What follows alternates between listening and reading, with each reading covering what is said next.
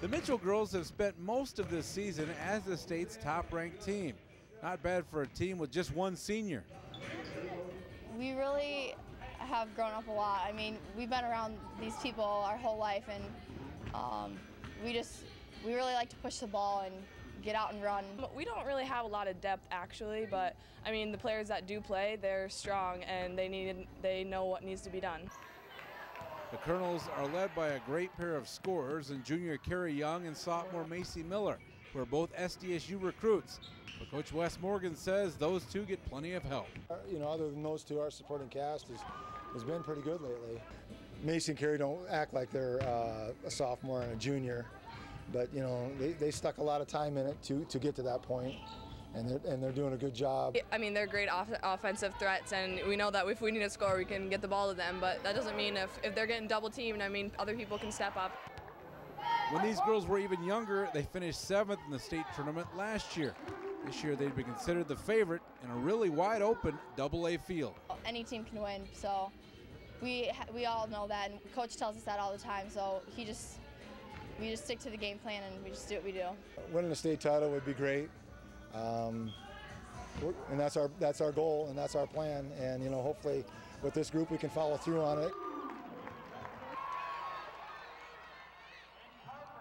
Oldham Ramona Rutland sprinter Carly Carper has been crossing finish lines in first place fashion since the 7th grade. Carly, with all the sprinting, winning state 5 years in a row, and she's inspired a lot of the girls to come out and do, work hard. How about 11 state titles and Class B records in the 100, 200, and 4x100 meter dash for some inspiration? And all of this against pretty tough odds, because despite having the amenities of every other town in the state, there's one thing Oldham, Ramona, and Rutland, South Dakota lack: a true track field, which means talents like Carper and hurdler Brianna Olson have to practice in the streets. We come prepared every day for practice because we got run through the potholes and all that stuff and watch out for traffic, but we make do with it. We all wish we had a track and everything, we had better facilities, but they come out and they compete and they work hard, and it doesn't, they've never known anything different really. It is that pure grit type of attitude that has the Raiders looking for their 3rd straight state title. It's definitely been a process. We've been working hard since we were like in 7th and 8th grade, working for it, and we knew we could do it, so just this next title would just be icing on the cake. For the Rutland native, the closing of one grade chapter means the beginning of another. And despite offers from some big-time schools, she decided to stay close to her roots, committing to run for South Dakota State coming up next fall.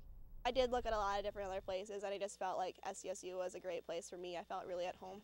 At the end of the day, home is where the heart is, and Carper has always given all of it to the Raiders program. I think it's pretty amazing, a small school like us being able to have someone like that and be a good role model for all of us. And what better way than to lead by example? In Ramona, Dylan Scott, KSFY Sports. 1, 2, 3, Raiders!